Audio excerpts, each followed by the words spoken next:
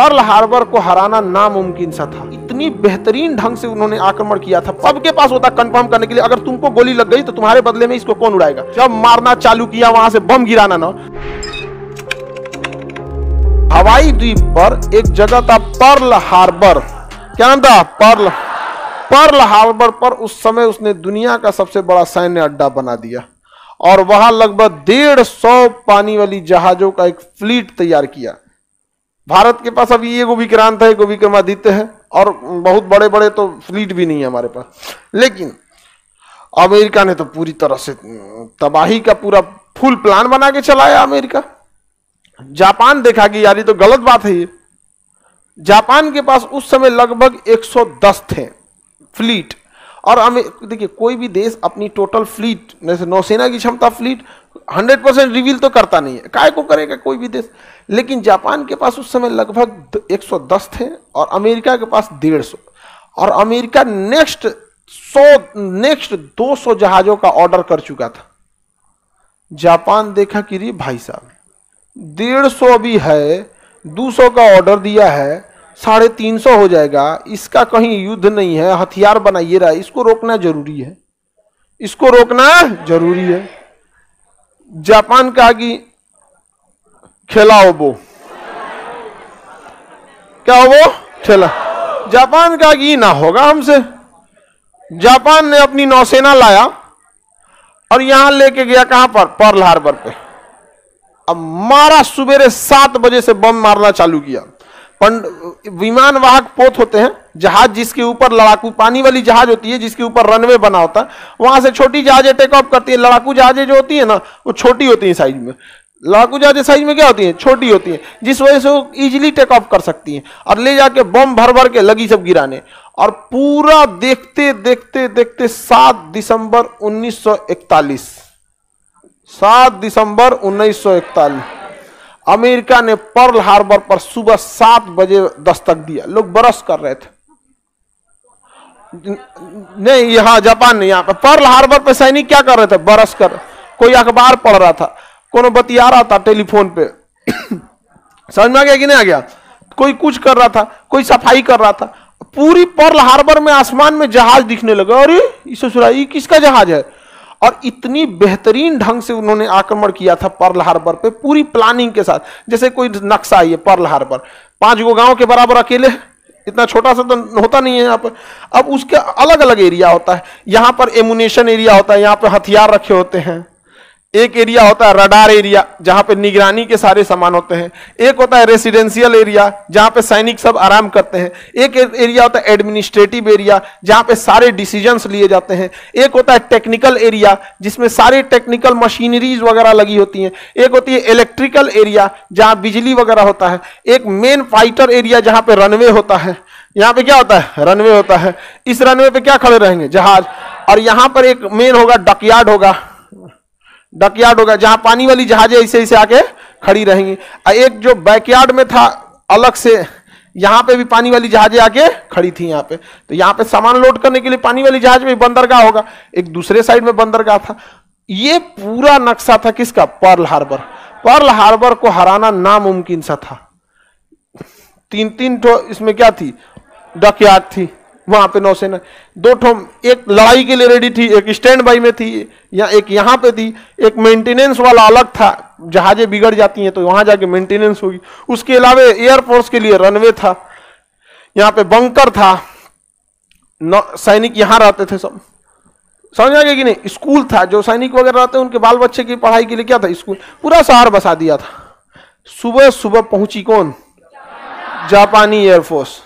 Japan की air force entry मारती है इधर से, पूरी तरह से इसके लगभग 30 से 40 जहाज आगे बढ़ जाते हैं।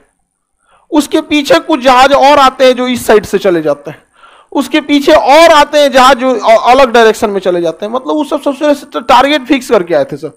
हम आगे चाहिए तो दुबे जी तू स्कूल उड़ाइयो, पूरा प्लान बना के। सारे पायलट के पास नक्शा था, कौन सा बिल्डिंग किस पायलट को उड़ाना है।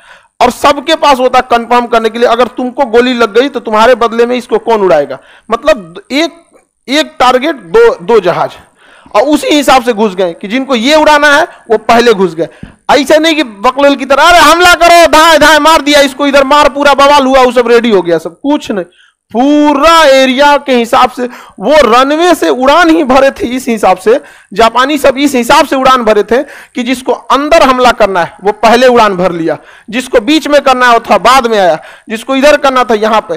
पूरा पर्ल हार्बर के आसमान पे गिद्ध की तरह जहाज घूमने लगे सब। अमेरिका को लगा कि हमारी सेना है, स्वागत के लिए आई है, हमें कौन क्या कर सकता है, अमेरिका है हम, अमेरिका है हम। जब मारना चालू किया, वहां से बम गिराना ना, अफरा तफरी हुआ तो फोन तक नहीं कर पाए थे ये लोग, फोन नहीं कर पाए थे। सबसे पहले आके टेक्निकल एरिया उड़ाया था, दाएं पूरा मशीन उधिया गया, टावर हेलो हेलो जा, यहाँ पे इलेक्ट्रिसिटी मारा उधिया गया, यहाँ पर दूसरा आते रनवे पे बम गिरा दिया, यहाँ पे कोई जहाज अब नहीं उड़ेगी, टुकुर टुकुर देखो। अब जहाज का पायलट लेके कर रहा है, हम क्या करें, इंजन स्टार्ट करके दूर दूर दूर दूर कर रहा है, मारा सब आया रनवे उड़ा ले, अब जहाज लेकर कर दे रहे हो यहाँ पे, अब क्या कर सकते हैं। यहाँ पे जहाज को गोली से मारे थे सब जापान वाले, कहा तू उड़ पाएगा नहीं, तुमको बम का लिए जियान करे तुम्हारे पे। जियान मतलब समझता, डिस्ट्रॉय, बर्बाद, बर्बाद नहीं करना चाहिए, समझ में गया कि नहीं गया। तो जियान जो है वो जियान भाषा अपनी है और बर्बाद कर देना भी भाषा है एक ठो, समझ में आ गया कि नहीं हो, किसी को कोई दिक्कत। आगे बढ़े तो पूरी तरह से जापान वाले कहां घुस चुके थे सब, पर्ल हार्बर पर। एक एरिया थी, एक जहाजों का ग्रुप था जो एक एरिया में घुसा, दूसरा एडमिनिस्ट्रेटिव एरिया पे घुसा, एक तो घुसा रेसिडेंशियल एरिया पे, एक रडार एरिया में 10-15 ठो निकले सब, इलेक्ट्रिकल एरिया पे, टेक्निकल एरिया में, रनवे पे, सारा चीज जो ध्वस्त हो गया, जो तत्काल रिएक्ट कर सकता था वो क्या हो गया, ध्वस्त हो गया। अब पानी में बची नौसेना की जहाजें, समझ में आ गया। ये जहाजें कुछ डॉकयार्ड में लगी थी, कुछ की सर्विसिंग हो रही थी, कुछ रेडी थे अपने मिशन पे जाने के लिए हथियार गोला बारूद से लोड करके, कुछ स्टैंड बाई में खड़े थे कि कभी कुछ इमरजेंसी हुआ तो हम लोग रिस्पॉन्ड करेंगे, कुछ बिगड़े हुए थे उनकी सर्विसिंग हो रही थी। उन्होंने कहा कि एक तो पहले बाद में इलाज हो, तो भाई रेडी कौन है रे जितना लोग रेडी जहाज थे सबके ऊपर बम मारना चालू किया, ये उड़ा दिया, ये उड़ा दिया, ये उड़ा दिया। शाम को जापानियों ने कहा ओके टाटा बाय बाय, चल दिया, मारा पर्ल हार्बर उड़ा के जापानी चल दिए। जापानियों ने पूरी तरह से तबाह कर दिया। अमेरिका पूछा मारा क्यों था हमको, हमारा तुमसे क्या दुश्मनी, आके मारा क्यों हमको। अब जैसे हम ही लोग हैं, हम लोग के ऊपर आके अगर कोई देश कहीं बाहर से आए, केनिया से हम लोग का कोई दुश्मनी है, आके बम मार दे, तो हम लोग पूछेंगे ना आखिर तुरा दिक्कत क्या है, कोई दुश्मनी है हम लोग का केनिया से, कोई दुश्मनी नहीं है। आए सिंगापुर धाए धाए बम गिराना चालू करे तो बाद में पूछेगा ना ये सिंगापुर तुमको क्या हो गया भाई, आखिर क्या हुआ है, ये समझ में आ गया कि नहीं आ गया। तो जापान से पूछा अमेरिका यार किए क्या थे हम, ये बता तुमको। कहा यार तुम बहुत तेजी से विकास कर रहा था, हमको ये देखा नहीं गया, अगर हम विकास करते ना तो तुम बहुत तेजी से निकल जाता, इसलिए एक ही रास्ता है, तुमको हम ढकेल दिए पीछे, अब तुम 20 साल तुम्हारी कमर टूट जाएगी, अब हमको आगे बढ़ने तुम। अमेरिका आग बबूला हो गया। अमेरिका कहा कि we will teach lesson to Japan, हम जापान को एक सबक सिखाएंगे।